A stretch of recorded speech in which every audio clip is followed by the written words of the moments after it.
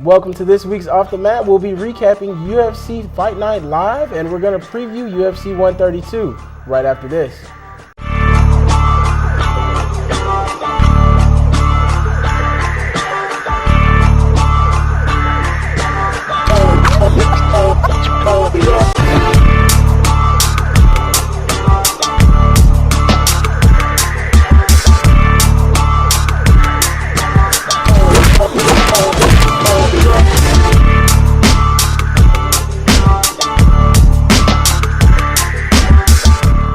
Welcome back, guys. I'm Bernard Oliver. I'm joined by John Urquillo and Jeremy Hurt. How you guys doing today?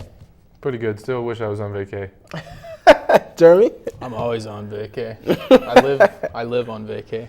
Well, John, we're glad to have you back this week. Took a little hiatus last week, but you're back now. And let's get right into these cards. You really didn't get to give your picks last week, so it's going to be a little rough, I guess, kind of going back to some fights that you didn't get to recap or preview with us last week. But you'll be good. So first on the list would be Mitrione and Morecraft. This fight was one of the greatest fights. Well, it's probably one of the greatest fights that night. Mitrione, just like we said last week, he gets better with every fight, and he definitely showed his dominance over Morecraft in this last fight. I'm gonna say I was surprised, but he just looked like a magnificent fighter, and I really think he's on track to be one of the better heavyweights in the UFC. Yeah, I mean, we talked about this last week. This is the difference between the old MMA and the new MMA, and the MMA that's still to come is the level of athletes that are competing. Mitrione doesn't look like a world-class athlete, but if you're playing in the NFL, you're an athlete, period. And this is a guy that has that kind of experience, and yeah, he's still in a lot of ways becoming a fighter, and you see it every fight he's evolved in spectacular fashion, and he really is. He's not really a player yet in that weight class, but he's right, he's that step right below it. And I think the bigger thing to come out of this fight for Mat Mitrione is the way he handled himself before and after the fight, because that's been something that there's been a lot of criticism is his character and personality, and I thought he handled himself well, and he's been doing that more lately. Yes, he has calmed down a lot since we first got introduced to Mitrione. He's not really that kind of just douche kind of guy that you don't really like. He's more of he's really well-mannered and kind of reserved during the fight, before the fight, after the fight. He was very reserved. He even, when he knocked out Morecraft, he even didn't jump on him. He just kind of, walked off like, he's not getting up. It was awesome. He started walking away before the guy. He was like, oh, yeah. Later. He knew. So with Mitrione's fighting, his fighting status right now, and just with his, his attitude and his other things going for him, they're going great for him. Where do you see him going? Well, I think the sky's the limit. Like, he had a huge problem in his debut being on Tough. He got a bad reputation. A lot of fans didn't like him. He was more of a whiner, wasn't polished. But like Jeremy said, this guy is a former New York Giant. He's an athlete. The sport is gearing towards that now. We're moving in the direction of people who are, all-around athletes that can go down on the ground, that have the power and can move around. A young man, we've seen him grow up in these last fights. And like Jeremy said, on and off the mat, he's honing his skills and really kind of using his talents to his advantage, really kind of forging a good game plan to go into any situation. And it's fun to watch someone excel like that, being such a raw fighter to begin with, and now he's moving up, and we're seeing him evolve into one of the better fighters in that weight class.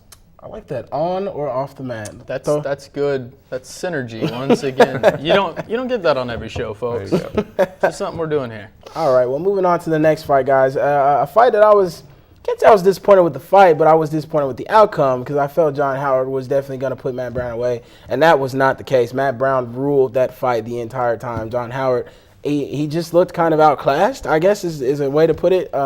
It's kind of weird seeing John Howard be, so outclassed like that. But, what was your take on the fight, Jeremy? I don't know that he was outclassed. He was certainly outfought. And, yes. That was really, I keep going back to last week because I was right about everything again. But, last week, be a surprise. Last week I told you, I was like, they should call this guy Grit because that's what he is. He comes to the octagon and he wants to fight, and he's going to fight, and even if he's, again, I don't know that he outclassed John Howard, but he certainly outfought him, and that's what Matt Brown does, and it's something that'll keep him employed for a long time to come. I almost felt that John Howard didn't get to train enough on Matt Brown. I mean, it it was really weird, like I said, to just see him get outfought like that. John Howard's a world-class athlete. I mean, he's one of the top guys in that weight class, and just to see Matt Brown come out there and, like Jeremy said, outwork him. That quote was in my head the whole time I was watching the fight. I was like, change his name to Grit. Let's go ahead and do it. But, you know, just seeing John Howard, how do you feel like he's going to do in his next fight? Do you feel like he'll bounce back? Or I don't know. This was kind of like a, loser gets the pink slip out, but I think he really has a choice to either put up or shut up if he even gets another opportunity. Matt Brown really took care of business, and there's one thing that you can't train is the size of the heart, in the fighter. And like you said, King Grit over there really, he proved he wanted it more, and that's one thing that you can't teach. You either got it or you don't. Matt King Grit Brown, I like that.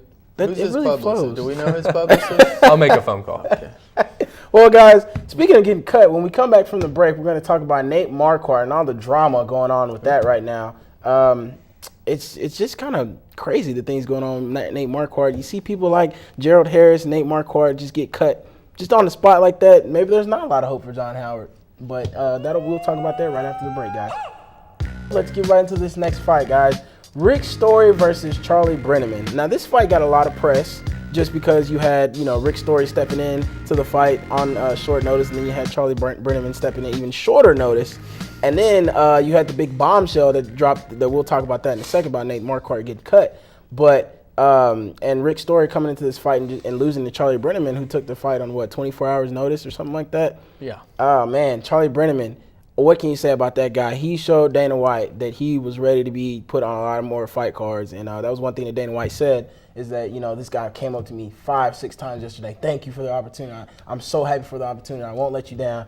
He got in the fight, and Rick Story didn't look bad. It's just everything that Rick Story tried just kind of didn't work. I mean, he got him in a couple of headlocks. The ref stood them up at one point. And I still don't understand why he stood them up. But, Rick Story goes right back to the same headlock again. He just couldn't lock it in.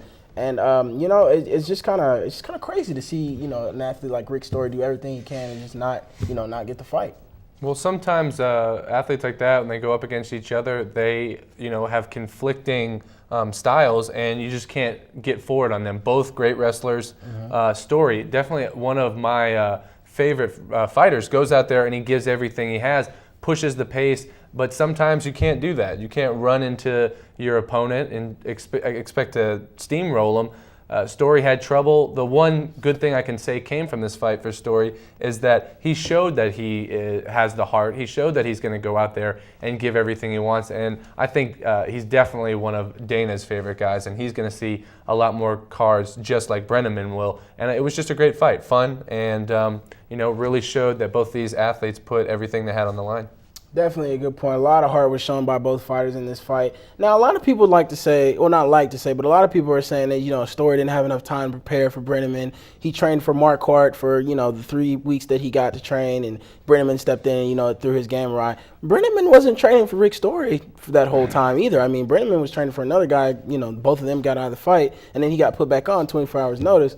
I don't really think that you can use that as an excuse. I hate to hear that as an excuse. As an MMA fighter, I mean, you're ready. It's just like, let's say you were playing a football game and you game planning a game with this team for a whole week, and for some odd reason you play another team. I don't really think that's a hindrance in a football game. So why is it a hindrance in the MMA?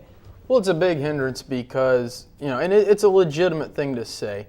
Because when you train for a fight, you're training for that fight, specifically geared for that fight. But when both guys have such short notice? That said, you're a fighter. I mean, that said, there's legitimacy to that, but I don't think you're going to see Rick Story calling press conferences to make sure that everyone understands that he took it on short notice, because Rick Story, to his credit, is a fighter, and he's going to pick up the lessons from this. We kind of came in this fight. He was a little bit of a riddle that hadn't been solved. Now the riddle's been solved a little bit. So the question is, where does he go from here? And, if he's sitting around thinking, I had short notice, that's an anomaly and it'll never happen again, then that's a bad outcome. But if he looks at it, what happened, why he wasn't able to stop Charlie Brenneman's takedowns. And, Story did rally very well in this fight. If this was a 5-round fight, has been discussed, then maybe we see something a little bit different. But regardless, he's got to look at this fight. He's got to say, where am I weak? Where is that opening now exposed to the rest of the mixed martial arts community, because people are going to be watching that tape, and he's got to close those holes. Brenneman is definitely on my list of fighters to be on the lookout for in the future. And a now. Steelers fan. Charlie Brenneman. So, I mean, you knew he was going to win, really. Mike Tomlin was in the building, actually. That was one thing. The Steeler Nation was there with the terrible towels and everything. But definitely on the lookout for Brenneman in the future. Story, we're still with you, man. I don't feel like he's diminished at all. He just ran into a guy who outfought him. He's a young guy. Mm-hmm. Everybody's got one of these. Everybody's got one they can point at. You know, if you're Anderson Silva, it's Rhea Chonin. Everyone's got somebody they can point at and go, I shouldn't have lost that fight. Mm-hmm. This is Rick Story's moment. You know, it's the old two paths diverged in the wood. Which path is Rick Story going down? Exactly. All right, well, going into our next topic, this Marquardt controversy.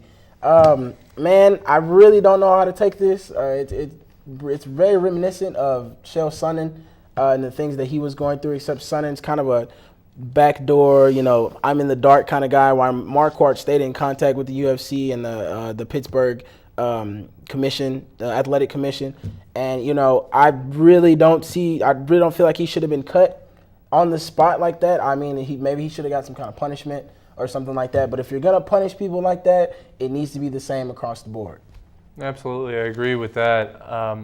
More of a statement, I think this was. And when you are a corporation like the UFC is, you have to look at it like you have to have a statement. You're either on one side of the fence or the other when it comes to steroids.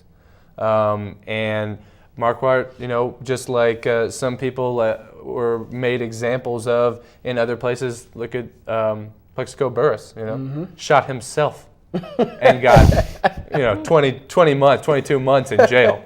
So, you know, this is something that had to be done. Dana had to make a statement, and he certainly did. I don't believe that this is going to be the end of Marquardt. I'm sure that a talent like that is going to surface somewhere. It's unfortunate because he was so talented and very entertaining, but I don't think that the punishment was too tough. A lot of people have been talking about Marquardt might go to Bellator, or he might go, you know, maybe overseas to Bama or something like that. I would see him going to Bellator before I saw anything else. That's the next, you know, plateau below the UFC that's left now. So, I mean, I feel like that's where he's going to go. But on the side of punishment and fighters like Chael Sonnen who kind of get a slap on the wrist, just how do you feel like these things are going to be handled in the future? Do you think some people are just going to get that slap on the wrist because they bring in more money to the UFC, or do you see Dana White just no tolerance here? I'm not sure that you can make any kind of judgment off the Marquardt situation, because I kind of feel like we need Paul Harvey here. You know what I mean? Mm-hmm. Is that reference? No. Okay. Paul Harvey used to do a thing. He said, you know, at the end he'd say, "And now you know the rest of the story." Right? I kind of feel like there's something a little more out there. I mean, we could sit and list guys that have been popped for different testosterone and hormonal level issues over the years. One thing we don't see is someone getting cut from the promotion the day before they're headlining an event. That doesn't happen ever. So there's something more going on. I don't think you can make any judgments, any wider lens judgments from what happened with Marquardt. But, you know, it's pretty much systemic throughout sports right now. Who's clean, who isn't clean, and it's something that MMA has to address, because at the end of the day, if people are watching this, the casual fan, and they get the feeling that what they're seeing is, you know, chemically altered monsters fighting each other, you know, some people are going to be like, nice, and then some people are going to be like, well, what's the point in that? You know? Exactly. So it's something that MMA has to get a handle of as much as they possibly can. When you have situations like that, you almost see MMA going the way of baseball. I mean, you know, baseball used to be America's pastime, and you have, you know, fans that have been watching baseball. I mean, they've had baseball in their families for 3-4 generations. They're just like, I don't really care about baseball anymore, because, you know, those guys and that whole steroid thing kind of killed it for me. Now you don't see a lot of steroid use, but in that point in time when everybody was getting popped for steroids, there's still a couple guys that get popped, you know, like last year.